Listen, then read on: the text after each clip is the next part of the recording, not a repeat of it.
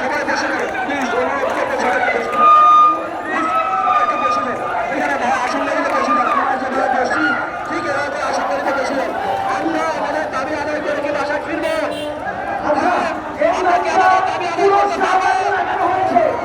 আপনি কি আমাদের দাবি